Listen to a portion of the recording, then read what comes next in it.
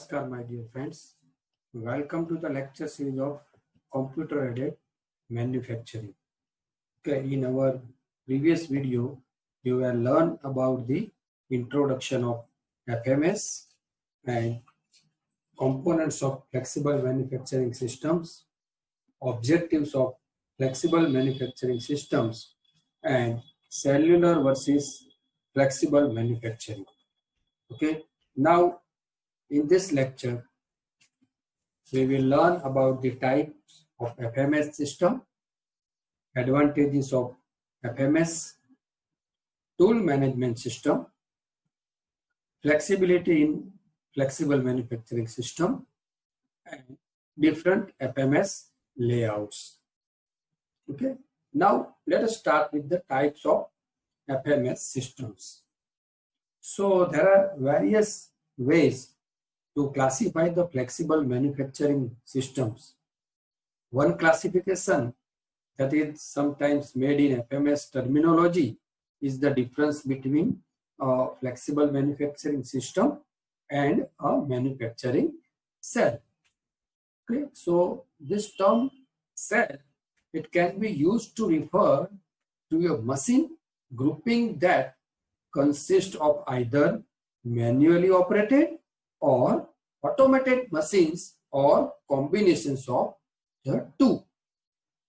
Okay, so the cell may or may not include automated material handling, and it may or may not be computer controlled. Okay, and the term flexible manufacturing system, it means a fully automated systems which consisting of automated workstation, automated material handling, and computer control that we have already discussed in our previous lectures. The term manufacturing cell is used largely in connection with group technology, but both cells and FMS rely on a group technology approach in their design. Okay. Distinction between FMC and FMS is in the number of machines in the grouping. A grouping of 4 or more machines in a system and 3 or fewer machines constitute a cell. For example, we can say a grouping of several machines served by a robot and capable of processing a family of parts is commonly called a flexible manufacturing cell. Okay. So a flexible manufacturing system, okay, it can be described as being either a dedicated FMS or a random order FMS. Okay. So a dedicated FMS is used to produce a much more limited variety of parts configurations. The geometry differences are minor and the product design is considered stable. So therefore, the machine sequence is identical or identical for all parts processed on the system. So this means that a flow line configuration is generally most appropriate and that the system can be designed with a certain amount of process specialization to make the operations more efficient. Okay. So instead of using the general purpose machines, the machines can be designed for the specific processes required to make the limited part family. Okay. And the random order FMS is the more appropriate type under the conditions, that is the part family is large. Okay, the first condition is the part family is large. Then second condition is that there are substantial variations in the part configurations, and the third is there will be new part designs produced on the system and engineering changes in parts currently made on the system, and the production schedule is subjected to change from day to day. Okay, so to accommodate these variations, the random order FMS must be more flexible than the dedicated FMS. Okay, so a classification in flexible machining system is based on the part geometry being processed. So machine part can usually be divided into either two categories. That is, the prismatic parts are cube-like and require milling and related machining operations to shape them. And round parts are cylindrical or disc shaped and require turning and related rotational operations. Now, the flexible manufacturing cell, FMC. Okay, so this flexible manufacturing cells, it consists of one or more CNC machine tools, general purpose or of the special design interface with automated material handling and tool changers. FMCs are capable of automatically machining a wide range of different workpieces. Okay. Turning center fitted with a gantry loading and unloading system and pallets for storing workpieces and finished parts is a typical flexible turning cell. Okay, so automatic tool changers, tool magazines, block tooling, automatic tool offset measurement, and automatic chuck change and chuck jaw change make the cell more productive. So one or two horizontal machining centers with modular fixturing, multiple pallet, advanced tool management system, robots or other material handling systems to facilitate access of the jobs to the machine is the flexible machining cell. Okay, then next one is the flexible transfer line, FTL. Okay, so these flexible transfer lines are designed for high volume production, wherein a part undergoes the different types of operations. Okay, so as each operation is assigned to and performed on only one machine. Okay, so there is a fixed route for each part through the system. So the material handling system is usually a pallet or conveyor. So it also consists of SPMs and robots. Okay, so in this flexible transfer line, a number of different workpieces which manufactured as the scheduling is easier and the resetting procedure is automatic. Okay, so this is all about the flexible transfer lines. Then the next one is the flexible machining systems. So flexible machining system, it consists of the several flexible automated machine tools of universal or special type, which are flexible, interlinked by an automatic workpiece flow system, so that the different workpiece can be machined at the same time. Okay. So different machining times at the individual stations are compensated for by central or decentralized workpiece buffer stores. Okay. So flexibility is applied by uses of CNC control, flexible transport system, and by adapting changes in the volumes in the product mix, machining process, and sequences. Okay, so these are about the flexible manufacturing systems, okay, types. Now, let us see the advantages of flexible manufacturing system, FMS. Okay. So flexible manufacturing systems are regarded as one of the most efficient methods to employ in reducing or eliminating the problems in manufacturing industries. Okay. Then FMS, it brings the flexibility and responsiveness to the manufacturing floor. Okay, it brings the flexibility and responsiveness to the floor area. Okay, so it gives the more flexibility. So that it will be easier for the persons working on the shop floor. Then FMS, it enables the manufacturers to machine a wide variety of workpiece, okay, on a few machines with low staffing levels and productively, reliably, and predictably. Okay, it enables the manufacturers to machine a wide variety of the workpiece. Okay, so variety of the workpiece is more here in this case the FMS.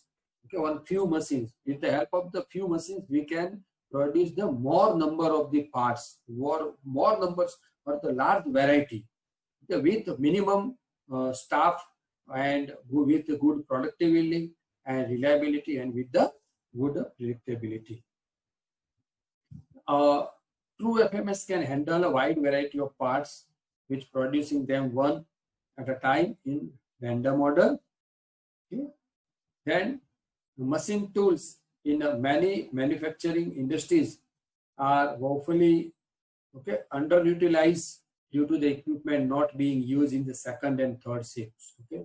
So decreasing availability of skilled personnel and day-to-day disturbance. So we can improve the machine utilization, okay, and with the less skilled person. And the FMS, it shortens the manufacturing process through the improved operational control, then round the clock availability of automated equipment, okay, and increase the machine utilization and responsiveness and reduction of human intervention. Okay, then better competitive advantage, okay, lower working process inventories, okay, which reduce the throughput time and its variability. Okay, then it improved the manufacturing control. It improved the quality and reduced the scrap rate.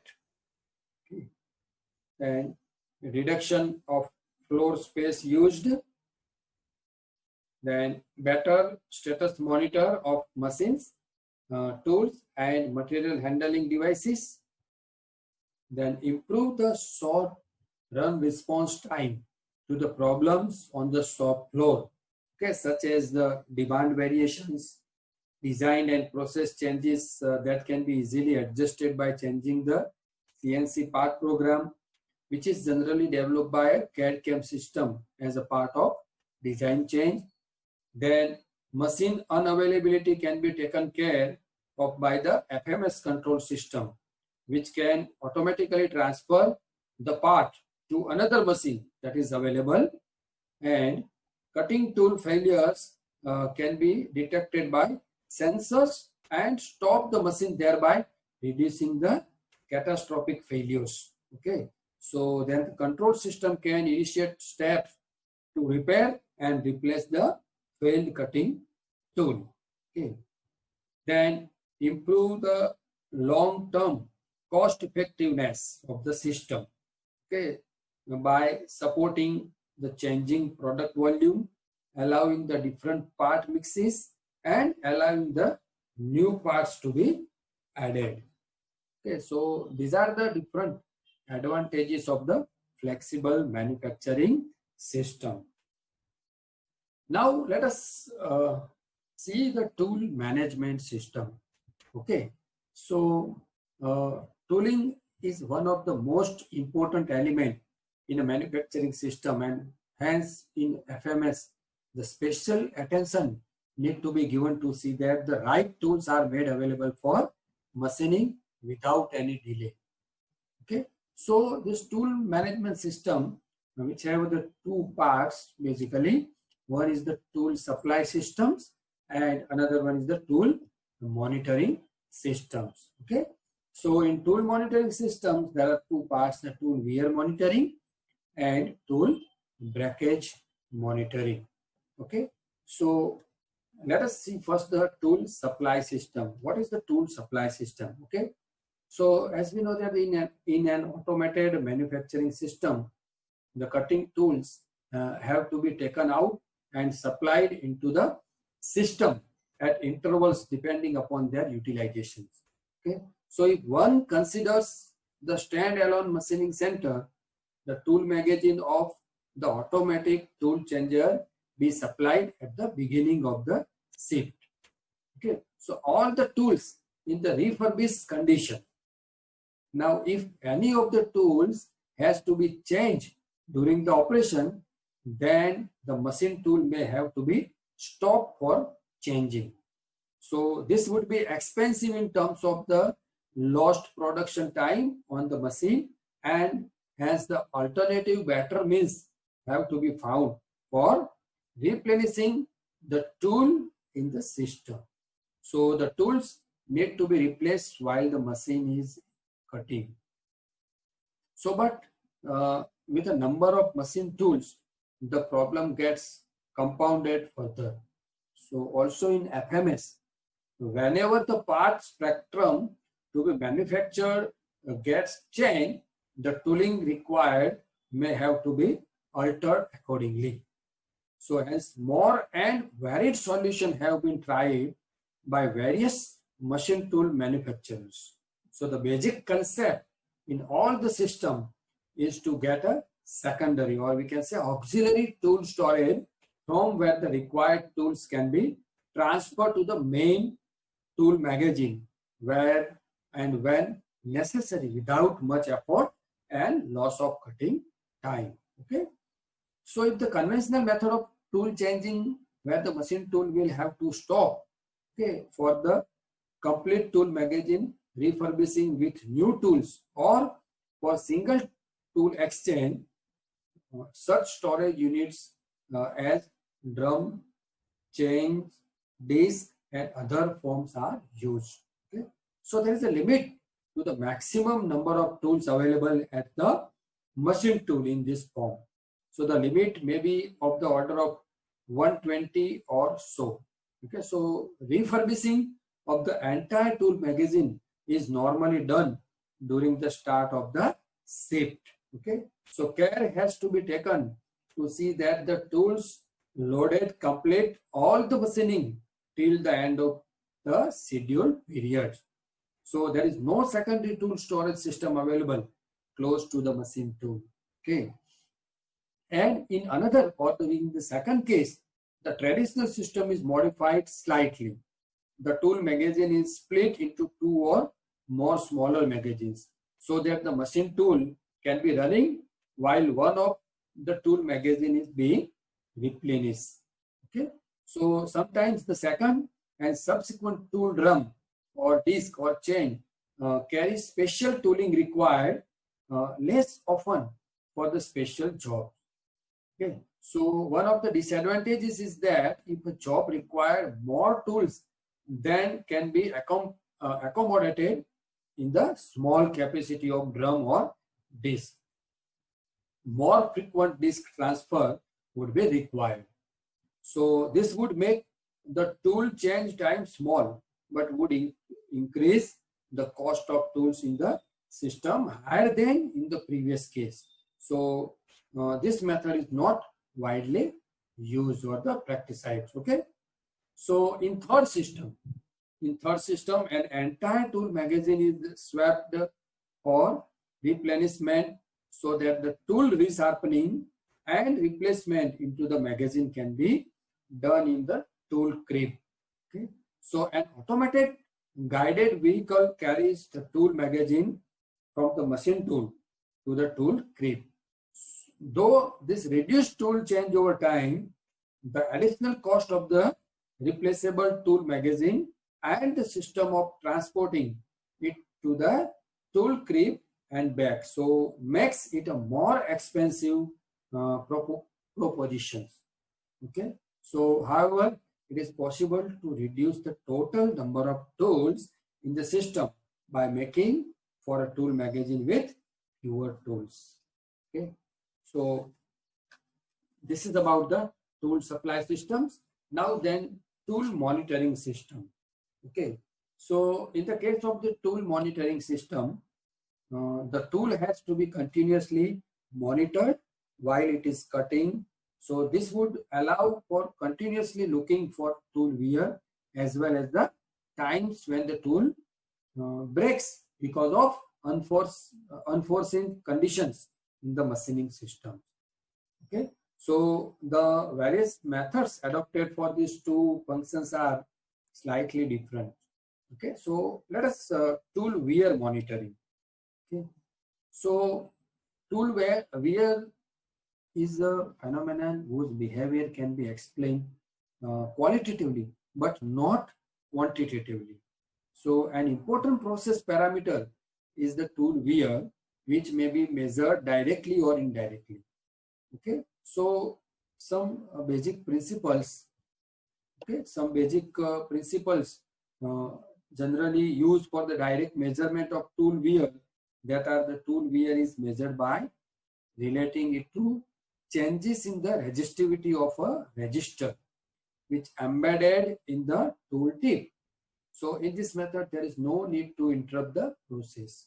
Then the profile of the tool tip is recorded periodically using the optical methods, and tool wear is determined from the variations. And optoelectrical methods using TV cameras and photodiodes etc. are employed to record the variations in the cutting edge to measure the width of the worm edge. Okay, so all these principles, okay, are complex and are more expensive to implement on a regular basis on the production CNC machine tools. So as a result, tool wear measurement has to be indirect. Okay, so there are some parameters used for the measuring the tool wears are cutting power, cutting forces. Okay, by measuring the cutting force using force measuring sensors. Okay, so the cutting force increases with the increasing dullness of the tool and can therefore be related to tool wear. Then vibrations. So by measuring vibrations of the tool edge, that is the tool chatter, wear can also be indirectly estimated. Okay, then acoustic emission and tool temperature. Okay, so by measuring the tool tip temperature and relating it to the wear of the tool. Okay, then tool breakage monitoring. So another problem often faced is the breakage of the tool during cutting. So which, if not detected in time, may lead to various problems associated with spoiled job. Okay, so particularly in unmanned machining shift. So hence it is necessary to have systems which can detect the breakage of tools through some means and give an alarm to the operator, or automatically replace the tool by a sister tool from the secondary tool storage. Okay, so in the plate sensor or any other cutting force measuring system, it is possible to detect a drop in cutting force almost to zero from peak during a breakage. So the force drops since the tool may lose contact because of tool breakage. So hence the controller can be given the signal for either other tool chain or stoppage till the operator's attempts. Okay. So another method which is used by the number of machine tool manufacturers is to check the tool length or tool offset at the end or beginning of the cut using the tool props described. Okay. So this value is compared with the tool value stored for the new tool. So if the difference is more than a certain value, typically 1 mm, then it is considered as tool breakage. So this type of system is simple but can detect tool breakages only after a cut. So any tool breakage during the cutting remains unnoticed. However, this system does reduce the effective damage caused by broken tool. So this is all about the tool management system. Then the flexibility in FMS. Okay, so flexibility can be defined as the collection of properties of a manufacturing system that support changes in production activities or capabilities. Okay, so the number of types of flexibility, okay, you can see the machine flexibility, production flexibility, mix flexibility, product flexibility, routine flexibility, volume flexibility, and expansion flexibility. Now let us see first is the machine flexibility. So this defines the capability of machine to a wide range of production of operations and part cycles that may require.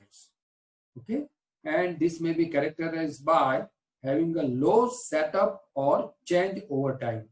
Okay, so age of machine programming, sufficient large tool storage capacity, and the skill and versatility of machine operators. Then production flexibility. Okay, so this aspect refers to the range of part styles that can be produced in the system, and this is dependent on the machine flexibility and range of machine flexibility. Then mixed flexibility. So this is the ability with which a product mix in a given system can be changed. So this depends to the great extent of the parts in the mix and the relative work content, times of parts produced, and the machine flexibility. Then the product flexibility.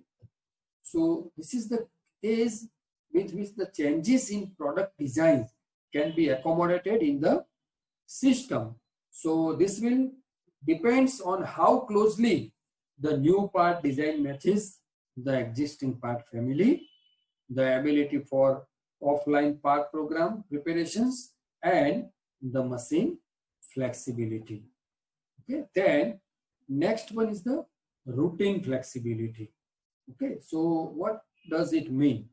So this routine, it specifies the capacity to produce parts through the alternative workstation sequences in response to the equipment breakdowns, tool failures, and other interruptions.